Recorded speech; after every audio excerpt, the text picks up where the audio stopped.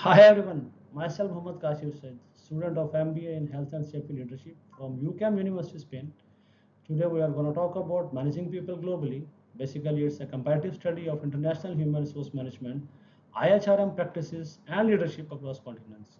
Objective of this presentation is to analyze and compare IHRM practices in America, Eurasia, Africa, and Oceania, focusing how cultural and regional differences influence HR strategies, organizational behaviors, and leadership approaches. This presentation will provide insights into best practices, challenges, and trends in IHRM, helping HR professionals understand the significance of adapting HRM to global context. In simple, we are talking about how people work together in different parts of the world, where we see what makes work the same or different in America, Eurasia, Africa, or Oceania. Basically, in the end, we will compare them all and share the conclusion. Now we will go for the introduction to IHRM in global context. As intro to IHRM, IHRM basically manages people across borders, dealing with recruitment, development, and retention globally. Cultural and regional differences which may impact HR practices, for example, leadership and communication, where cultural diversity shapes leadership, motivation, and communication styles in multinational organizations. Regional context determines legal, economic, and social framework for HRM.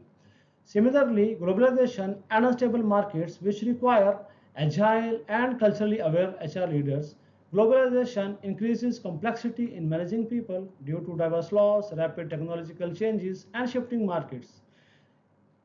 Moreover, Hofstede's framework helps understand national cultural differences, which provides key insights into national cultural differences, for example, power distincts, individualism, uncertainty avoidance, which helps organizations design culturally sensitive HR strategies. Now we know what is IHRM basically, and then next we will look at how it works in America. We'll see how people behave at work and what matters most to the companies there. Now let's talk about IHRM practices in America. We're gonna look into organizational behaviors and key challenges over there. As part of organizational behaviors, diversity and inclusion, where US organizations places a strong emphasis on building diverse teams and fostering inclusive cultures. Diversity is seen not only as a legal requirement, but as a driver of innovation and competitive advantage. Similarly, meritocracy, where performance, skills, and achievements are the primary basis for recruitment, promotion, and rewards. American firms often use objective performance metrics and transparent evaluation systems to evaluate fairness and to motivate their employees. Similarly, individualism, the US scores high on individualisms in Hofstede's framework, meaning employees are encouraged to take initiatives, pursue personal goals, and express unique perspectives. This shapes a workplace culture that values autonomy and personal accountability.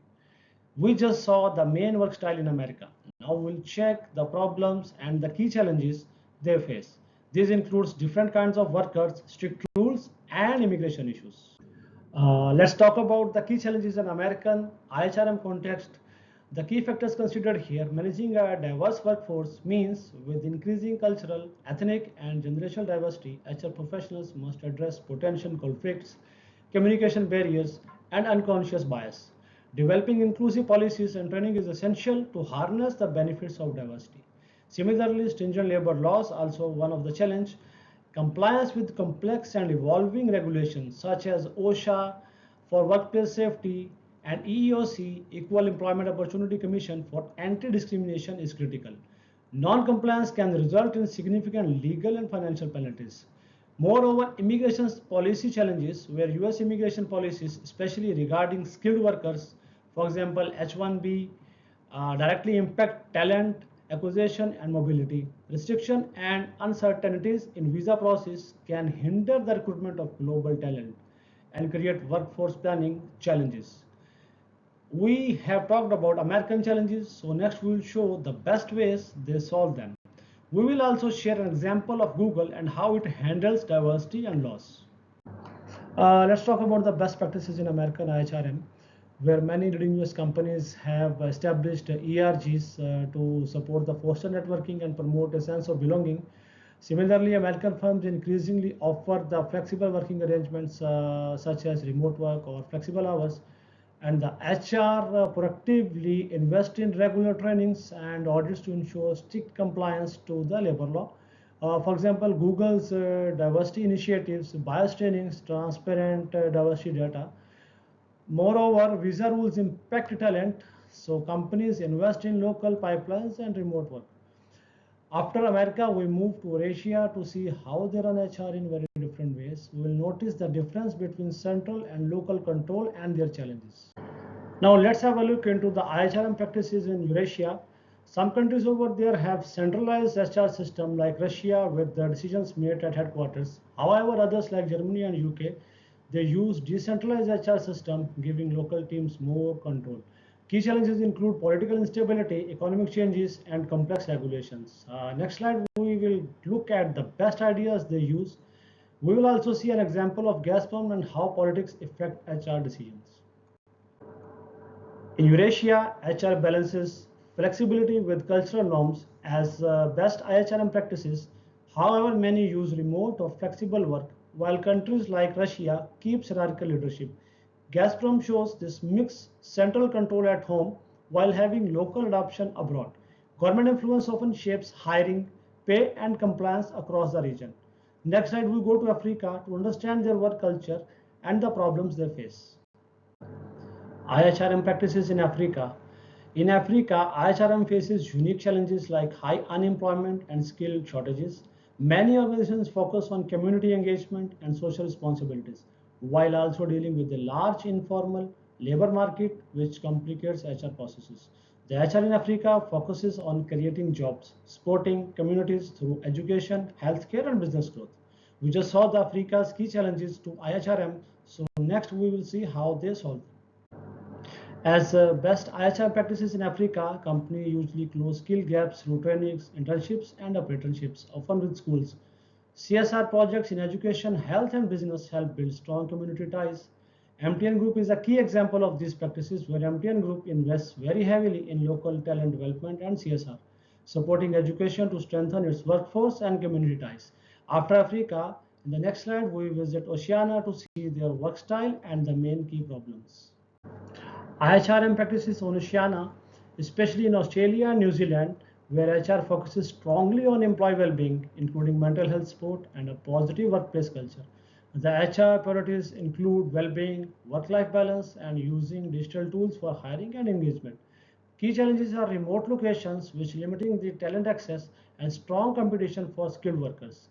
We just saw the Oceania's challenges, so now we will check their best HR practices. In Oceania, many companies use digital HR platforms to make hiring, onboarding, and communication easier. As best IHRM practices, companies use digital HR tools, wellness programs, and flexible hours to support staff and reduce turnovers.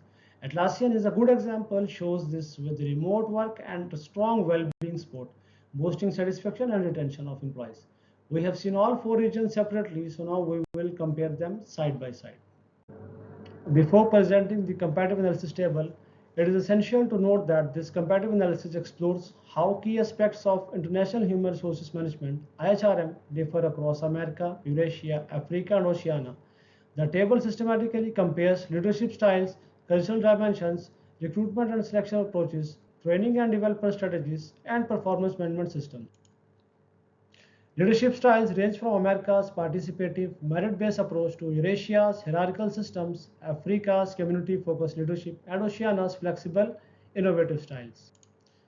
Culturally, America values individualism, Eurasia respects authority, Africa focuses on relationships, and Oceania blends freedom with community. Recruitment varies from diversity focused in the US to mixed centralized or decentralized in Eurasia, local talent building in Africa, and tech-enabled hiring in Oceania. Training reflects local needs, while performance management goes from data-driven in the US to top-down in Eurasia, community impact in Africa, and wellness focused in Oceania.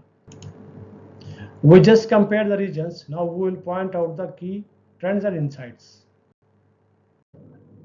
Let's have a look into key trends, insights, and strategic value. HR actually varies by region, such as America is participative, whereas Eurasia hierarchical, Africa community focused, and Oceania flexible and tech driven. Recruitment, training, and reviews follow local needs with Africa. However, Oceania focusing more on well-being. Global firms succeed by combining each region's strengths while balancing global and local needs. Finally, we will wrap up by sharing the future of IHRM. Finally, the conclusion and future of IHRM.